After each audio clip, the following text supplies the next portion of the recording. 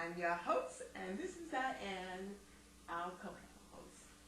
And we're talking today about change. Change. You know, most people hate change. It disrupts their lives, and they hate it. Well, some people love change.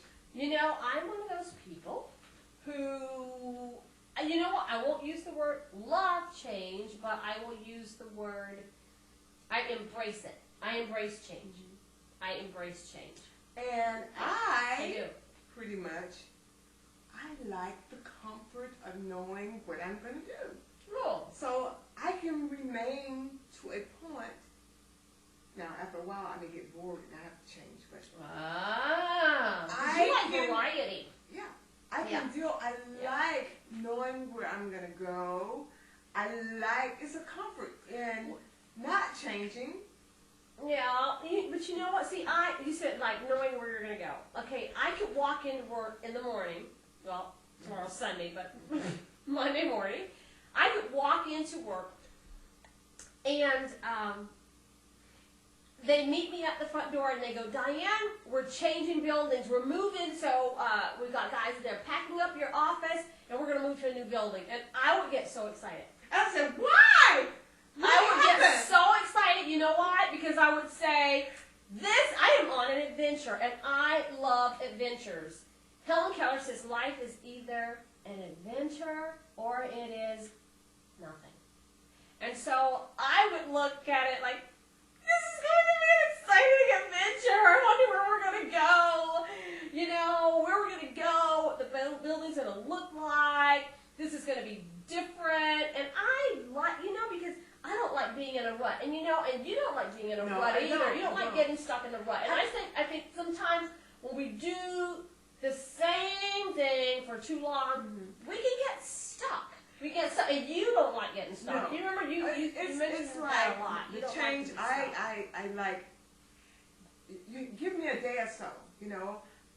Don't give me a new computer, and I have a paper that's due that same day. Okay. That's crazy change. Oh, okay. I'm with you on that. I don't like that change. I'm with you on that. Now, I like good scenery. I like the newness of this or that. But give me a minute, to give get you a minute. ready. Yeah. Give you a minute. Now, but with that same thing, that computer thing you were talking about, and that would be good. I wouldn't like, if my report's due today and you give me a new computer and I've got to learn a new program today. Only because I have to get the work done. But if you say, learn this new program today, I'm okay with that. But don't give me a deadline for today. But, so I do. Don't fear change. Tell us about that. Well, actually, Diane always brings some little article or whatever. I wanted to do it for her, but she likes the I article. love to research. I've been researching for, I think, all my life. I'm always looking for something and researching things. And so why do we not fear? Yeah, we were chatting earlier, and I was saying that we really don't fear change. It's not the change that we fear. What we really fear is the rejection. Isn't that too much? The rejection. I never thought of that. Yeah, because I don't fear changing. I don't fear moving from that house. I don't fear getting married. Someone asking me to marry or whatever. But I fear the rejection. You fear rejection. You fear rejection. Think about that. Well, it's like. And once you understand that, you can move on. But go ahead. Okay. All right. Well, it's like. Let's say you get a new job. Okay. They're doing some shifting around the office, and now your title is different. And if your title is different, now your job is different. Your job responsibilities are also different. And so your tasks are different. And so you have to learn new skills, a new skill set. Okay, whatever that new skill set is, there's this margin there of time where you're gonna flounder a little bit because you don't quite know what you're doing yet. So what we fear is that we're not going to be viewed as competent. Right, and we're not going to look good. We might not look good to we might not look good to the boss. A little bit, Yeah, you're unsure what you're talking about, so you're sitting in a staff meeting and you can't really contribute, as much as you used to contribute because you're learning this new information and you don't quite know it yet. So you fear the rejection and how others are going to view you. So that's what that is about. But we both know that we might as well accept the change because change is inevitable. It's going to happen. It's going to happen. It's going to happen. You know, as a matter of fact, change happens every day. Right. Every day change happens. And the we got weather's to different. embrace it. We got to love it. We have to. Embrace it. Embrace Listen, it. I was talking to, I have two people in my life. Yeah. And they are both, one is 81 and one's birthday. Yeah. Of the camera. It was 82 on yesterday. Cool. And it's so wonderful to have seniors in your life like that. They teach you, give you a lot of wisdom and everything. They do. And when I was telling them about Hoover. Yeah. Hoover. Yeah.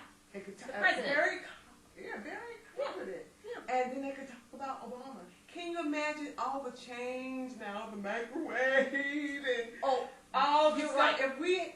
So we have to embrace change. Embrace it. This is so we cool. have to love change. Love it.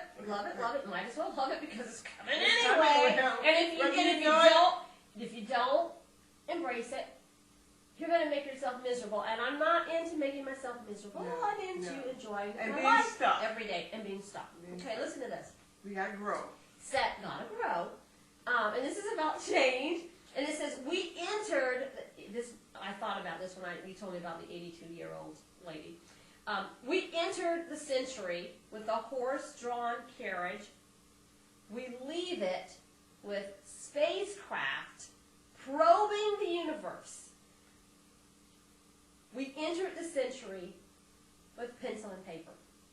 We leave it with computers, speaking of computers that are able to figure thousands of times faster than the human brain. Right. So, I mean, that change is good. Change is good. That change is good. I mean, when you think about the phones, the rotary phones, you know, the wooden phones, rotary phones that hung up on the wall, you know, and you have to dial and then you have to press the button, operator, what's going on? You know, and now, what do we have? We have cell phones, and they're not connected to any wires at all, and you can go anywhere, you can talk to anybody at any time, anywhere in the world. I think that is just the coolest thing. I, as a matter of fact, can't wait to see what's going to be going on 20 years from now in this world. I'm excited about that. I am excited about that. And I the want to bottom say, line is that we have to allow change to go on through the Holy Spirit within us. Through the Holy Spirit. And to piggyback on that, Lamentations 3:37 says, who is he who speaks and it comes to pass if the Lord has not authorized and commanded it? So it doesn't matter. We don't have to worry about the change. God's going to be faithful. And whoever speaks and to create that change, if the Lord hasn't authorized it or commanded it, we don't have to worry about it anyway. And He's going to take care of His own. Right. We are His. He's going to take care of His people. He's always going to be faithful to us. Always. Always.